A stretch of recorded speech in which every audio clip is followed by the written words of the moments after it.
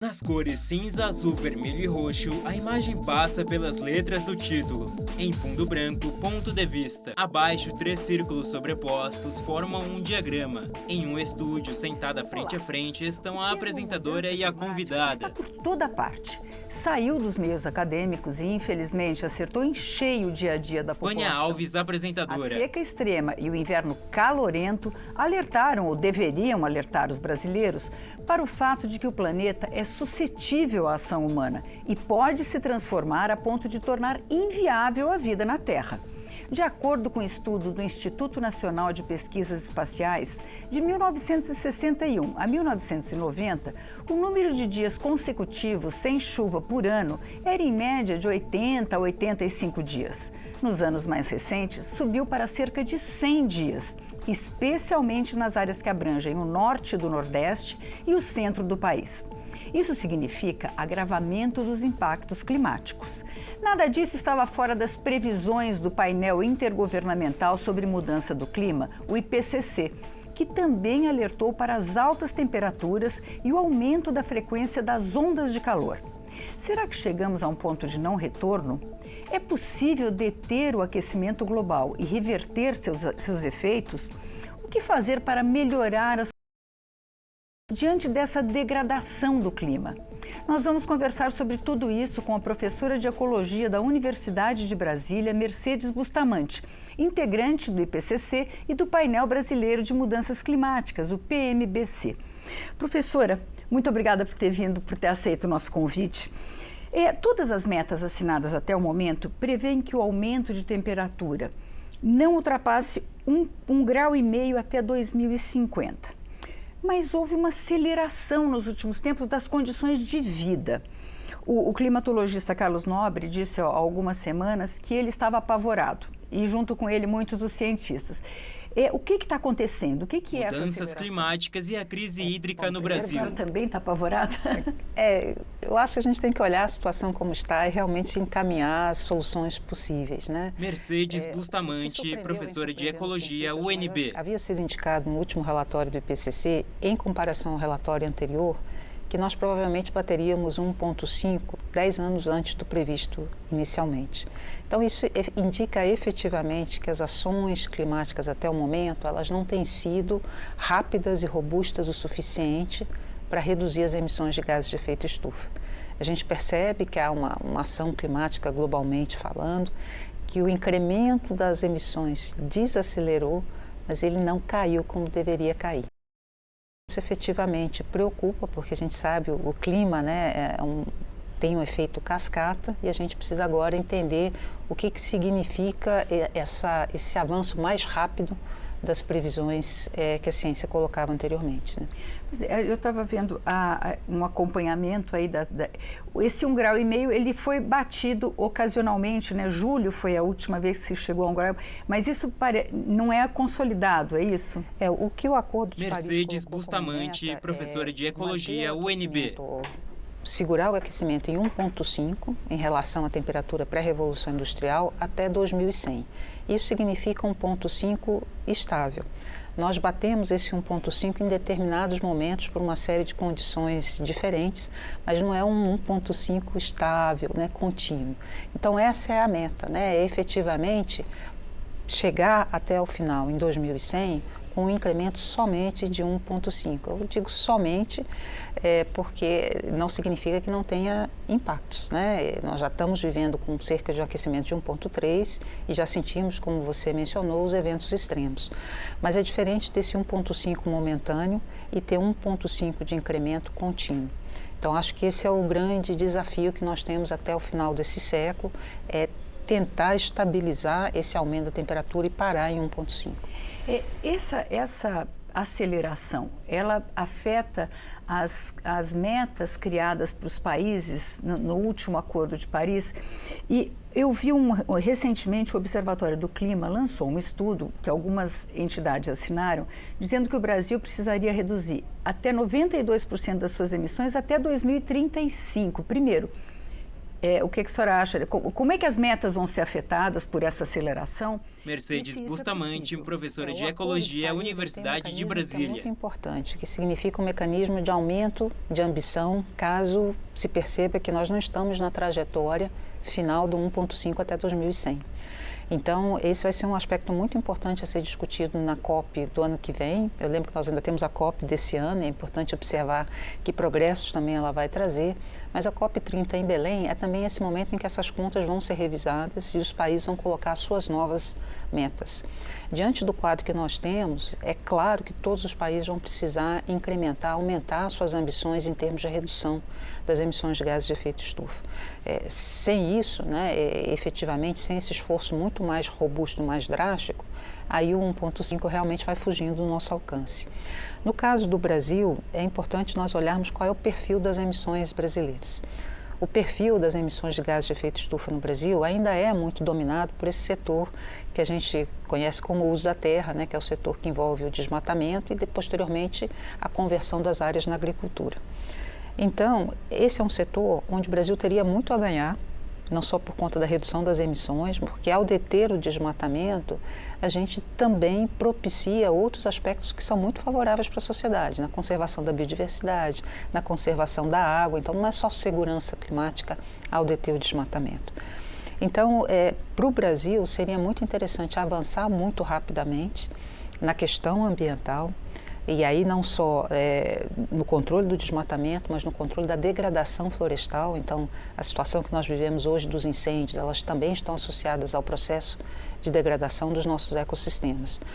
Então, é preciso, nós temos pouco tempo, efetivamente essa é uma janela de tempo que vai se fechando, e é importante que o Brasil avance muito rapidamente nessa pauta. Os cientistas falam muitas vezes no que já foi contratado, quer dizer, no carbono que nós já lançamos na atmosfera, e que isso não a condição... Vânia gesticula com as mãos. Na Terra vai continuar comprometida. Isso quer dizer, essa realidade que nós estamos vivendo nos últimos 2 anos é uma realidade que tende a permanecer. A gente tem que se acostumar com esse aquecimento, com essa seca, esse aumento da seca, aumento das chuvas. Essa é uma pergunta central. Eu acho que é importante esclarecer que essa questão das emissões que nós jogamos na atmosfera não é simplesmente um liga e desliga, Se nós pararmos de emitir hoje... Mercedes Bustamante, professora de Ecologia, UNB. Um problema em função dos gases que já foram emitidos. Então, esses gases têm aquilo que a gente chama de um tempo de residência na atmosfera. Vou pegar um exemplo de um óxido nitroso, N2O, que é um gás emitido pela agricultura, também pela queima de combustíveis fósseis. O óxido nitroso tem um tempo de residência na atmosfera de 200 anos. O que significa? Que o que nós emitimos 200 anos atrás ainda está aqui conosco. E o que nós emitimos hoje de óxido nitroso vai continuar pelos próximos 200 anos. Então, é por isso que é importante considerar que esse tem que ser um processo robusto e contínuo, porque o que a gente emite fica um tempo realmente na atmosfera e vai continuar gerando esse impacto. Então, a gente fala que o aquecimento que nós precisamos controlar é aquele que é fruto das emissões do passado, das emissões do presente e aquilo que nós vamos emitir no futuro. Quando a gente fala de vida na Terra, tem a nossa vida, mas tem também a vida dos biomas. A gente, quando fala de água, a gente pensa na Amazônia e, mais recentemente, as pessoas descobriram que o Cerrado é um berço das águas, Quer dizer, a gente... Essa tendência de seca, ela... pode comprometer esses biomas e o que a gente pode esperar em termos de recursos hídricos diante dessa situação que a gente está vivendo e que pode se prolongar para o país? Mercedes Bustamante, professora de Ecologia, UNB. A intensificação do ciclo hidrológico. Então, nós vamos ter esses extremos de muita seca ou de precipitação muito intensa, como a gente viveu no Rio Grande do Sul recentemente. Então, é importante considerar que os ecossistemas naturais, nossas florestas, nossas savanas, como é o Cerrado, elas representam uma parte importante desse ciclo hidrológico. Então, quando a gente muda a cobertura vegetal, a gente está mudando exatamente esse ponto de conexão entre a precipitação, aquilo que cai na forma de chuva, e aquilo que é armazenado no solo e que depois drena e vai abastecer as nossas bacias hidrográficas.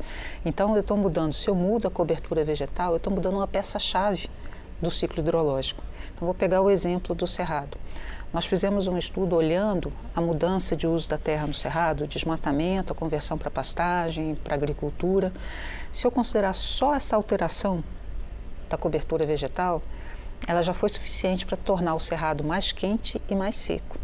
Então, diminui em 10% a quantidade de vapor de água que volta para a atmosfera e aumenta em cerca de 1 grau centígrado da temperatura. A isso agora você soma as mudanças ambientais globais.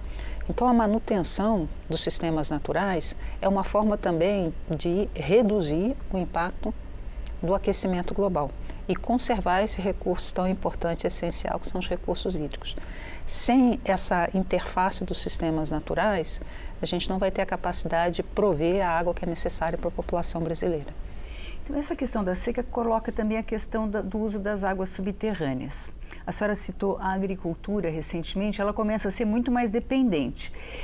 Diante dessa situação, desse quadro hídrico, os aquíferos conseguem se recarregar? A gente está diminuindo as nossas reservas, porque o Brasil tem grandes reservas de águas subterrâneas, né? Nós temos grandes reservas de água subterrânea, mas é importante lembrar, você mencionou esse ponto, elas se recarregam de forma muito lenta.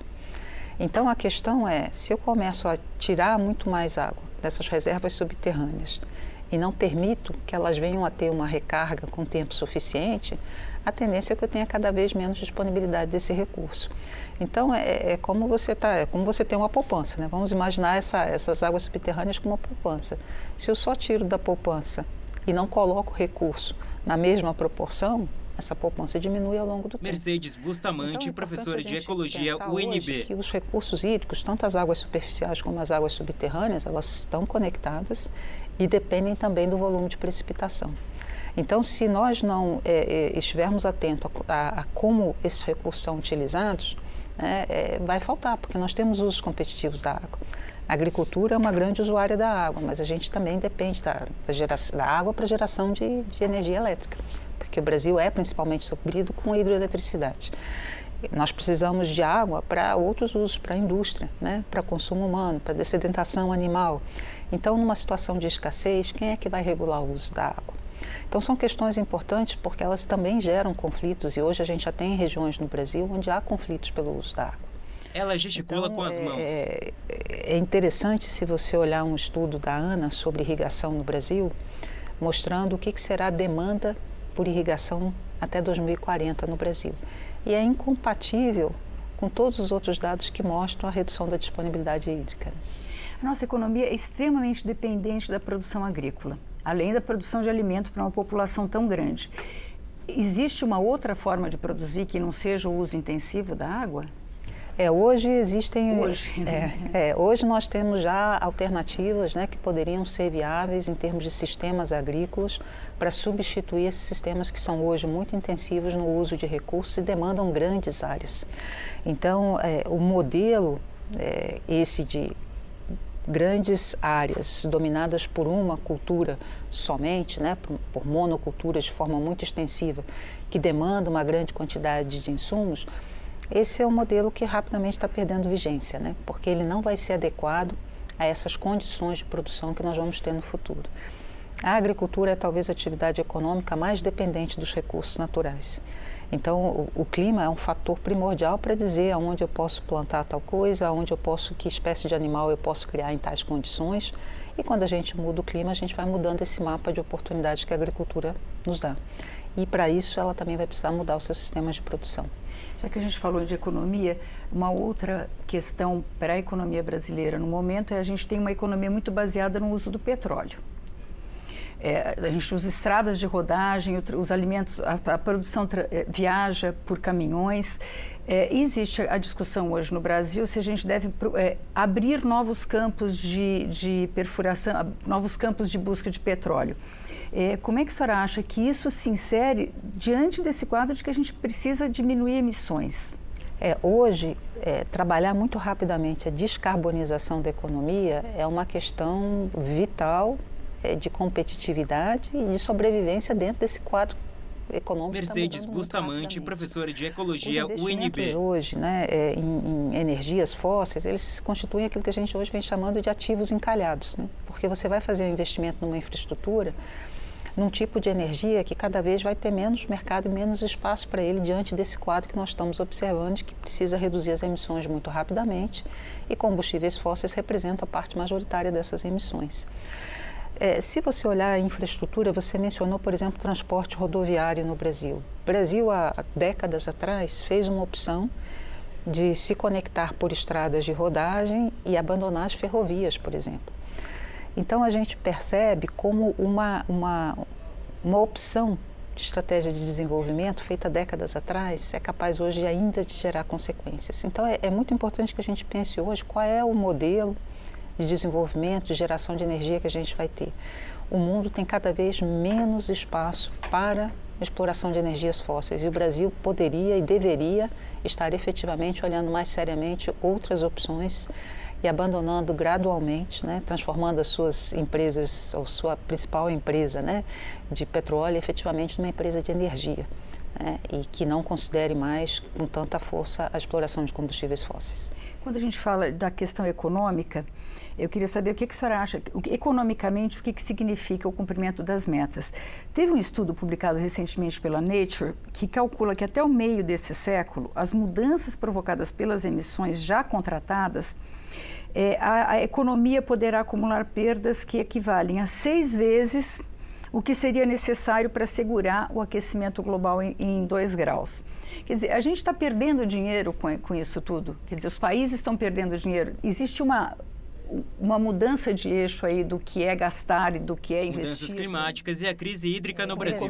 Que o primeiro estudo conduzido um pouco nessa linha é o chamado relatório Stern, né, que foi conduzido pelo Sir Nicholas Stern e uma equipe, exatamente já indicava isso. Olha, o que se precisava na época, né, alguns anos atrás, era uma fração do PIB global e que se a gente não fizesse nada, o custo da inação era muito maior do que era necessário para evitar o problema.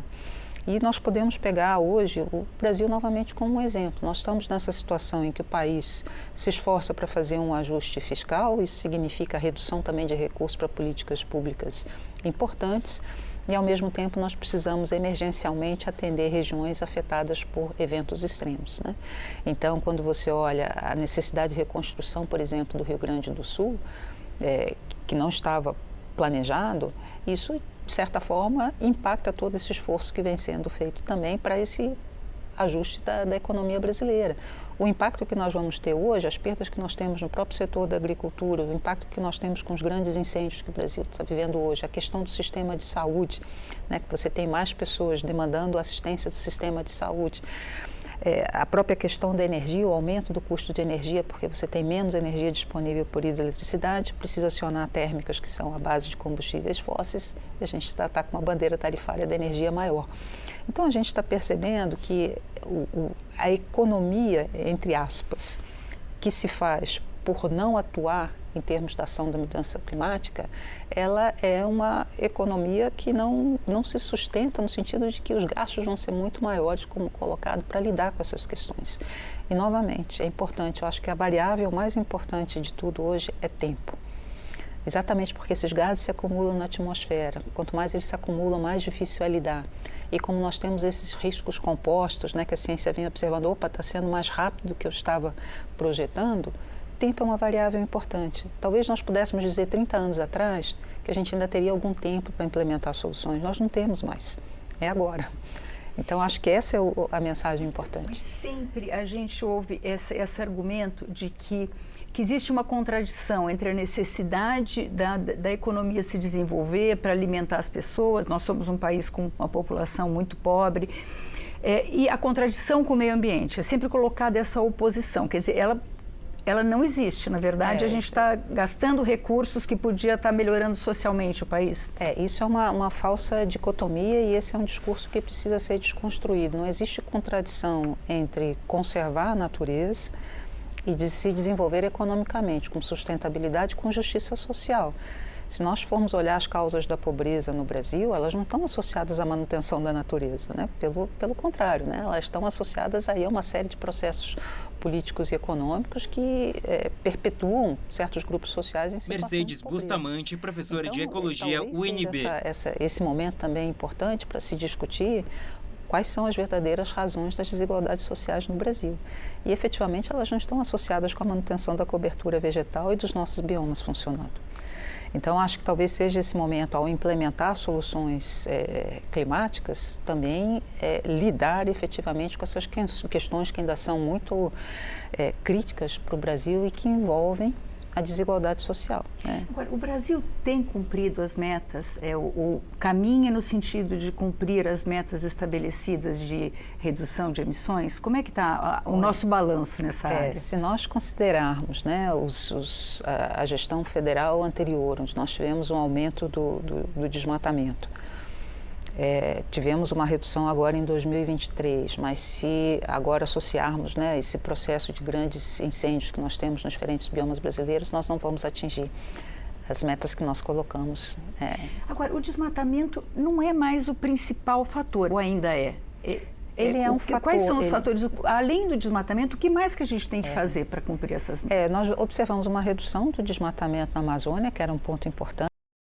Efetivamente era que nós tivéssemos desmatamento zero, mas temos ainda dificuldade de controlar o desmatamento em outros biomas. O Cerrado brasileiro é um exemplo, né? O Cerrado continua perdendo, né, cobertura vegetal a taxas ainda alarmantes, sobretudo para um bioma que já perdeu 50% da sua cobertura vegetal. Mercedes Bustamante, então, professora de Ecologia UNB. A degradação florestal hoje também é algo que deve ser considerado, ou seja, você ainda mantém a cobertura florestal, mas ela já passa a perder espécies, ela já não tem a mesma qualidade que ela tinha antes, e isso significa também aumento das emissões de gases de efeito estufa. Agora, a vida nas cidades, por exemplo, a gente sempre ouve, eu fico muito culpada quando eu uso garrafas PETs.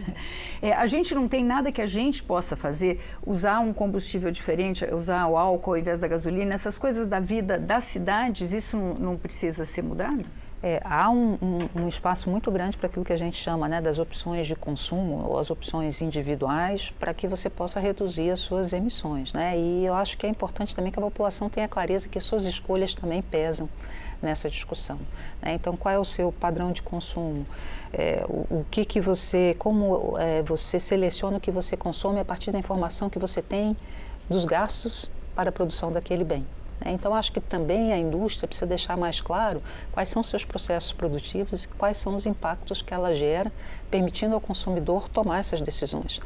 Agora, é muito importante essa questão, porque não é uma questão do indivíduo somente, né? Eu sempre falo que as nossas opções individuais, elas também têm que ser pavimentadas por políticas públicas que nos deem a possibilidade de escolha.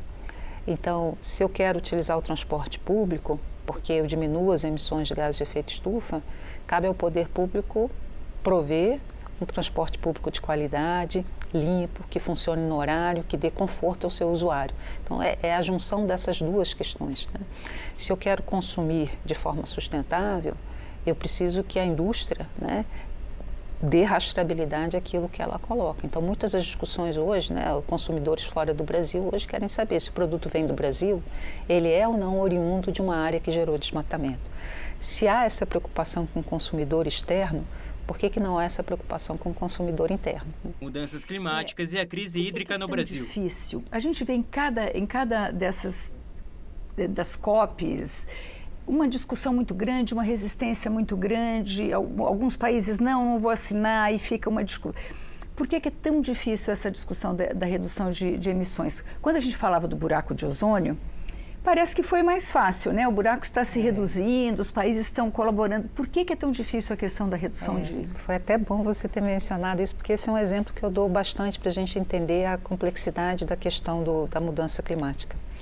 O acordo que permitiu a redução das emissões de gases, né, que destruíam a camada de ozônio, ele é efetivamente uma estratégia de sucesso, mas por quê? Porque você tinha pontos muito específicos onde os países precisavam atuar, ou processos industriais, onde eles precisavam atuar para reduzir. Mercedes Bustamante, professora de Ecologia UNB. O combustível fóssil, da energia, a energia está em tudo, né? Então, basicamente, todo o nosso padrão, né, de vida, a nossa civilização moderna, industrial, ela foi constituída a partir do uso de combustíveis fósseis. Não só combustíveis fósseis para gerar energia, mas para gerar materiais, né? Plástico, né? Que hoje está difundido, né? Em tudo que a gente faz praticamente. A gente também. Então, quando a gente olha, né, exato, até na gente, né, a gente já está consumindo plástico, mas quando a gente olha, por exemplo, as estratégias de mitigação, você vai ver, você tem setor de transporte, setor de edificação, setor de energia, o setor de uso da terra. Então, você percebe que está muito imbricado na forma como a gente construiu o nosso mundo moderno. Então, a senhora falou mitigação. A senhora é uma especialista em mitigação. O que é mitigação e o que a gente pode fazer nesse sentido? O que vai proporcionar?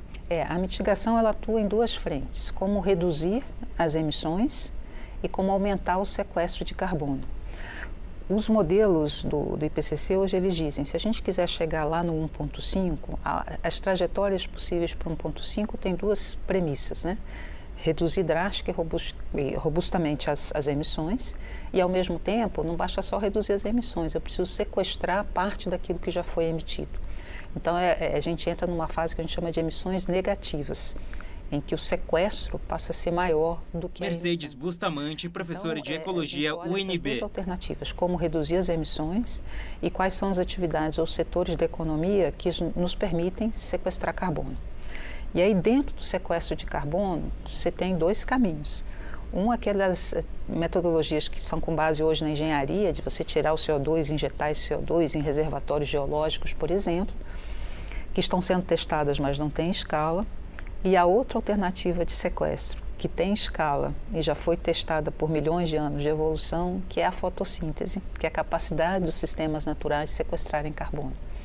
Então, hoje há uma demanda muito grande para aquilo que a gente chama de soluções baseadas na natureza, de como permitir que os sistemas naturais nos apoiem nessa luta contra o aquecimento global.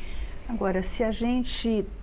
é uma questão, eu queria finalizar perguntando o seguinte para a senhora. A senhora acredita que é possível reverter essa situação?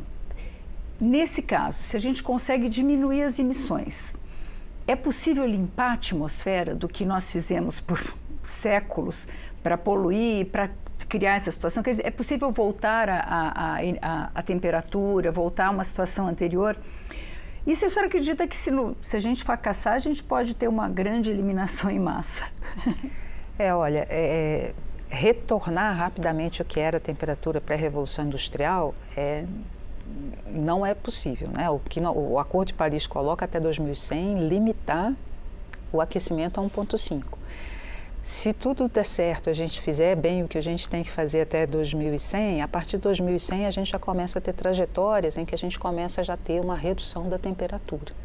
Então nós estamos falando efetivamente de um esforço, né, que vem aí para as próximas décadas e vai perpassar, né, uma geração para permitir que a gente mantenha esse esforço até o próximo século também. E aí a gente começa a ter uma redução Mercedes Bustamante, professora de Ecologia UNB. Eu tento sempre colocar, eu acho que sem esconder, né,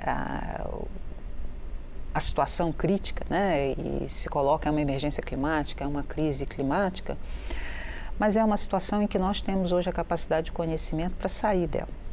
Então, acho que assim, as alternativas elas existem metodologias que a gente chama já estão na prateleira, ou seja, estão prontas para serem utilizadas, e é preciso efetivamente hoje esse esforço, né, essa cooperação e, sobretudo, a mudança de mentalidade dos nossos governantes, né, das nossas classes dirigentes, dos empresários, de que a gente precisa seguir uma outra rota de desenvolvimento. O que a gente não pode globalmente é ficar esperando o outro fazer. Porque eu não faço porque ele não fez, e aí ele não faz porque o outro também não fez. Então, todos os países têm obrigações hoje, efetivamente, a reduzir as suas emissões. E quanto mais a gente puder realmente ser um país que dá o exemplo, eu acho que melhor será, né? Muito obrigada, professora. Imagina. Prazer conversar com você. Prazer todo nosso. Nesse ponto de vista, nós conversamos com a professora da UNB, Mercedes Bustamante, sobre as mudanças climáticas e o futuro do planeta. Se você quiser rever ou compartilhar esse programa, vá à nossa página na internet ou às nossas redes sociais. Obrigada pela audiência e até a próxima. Créditos na tela.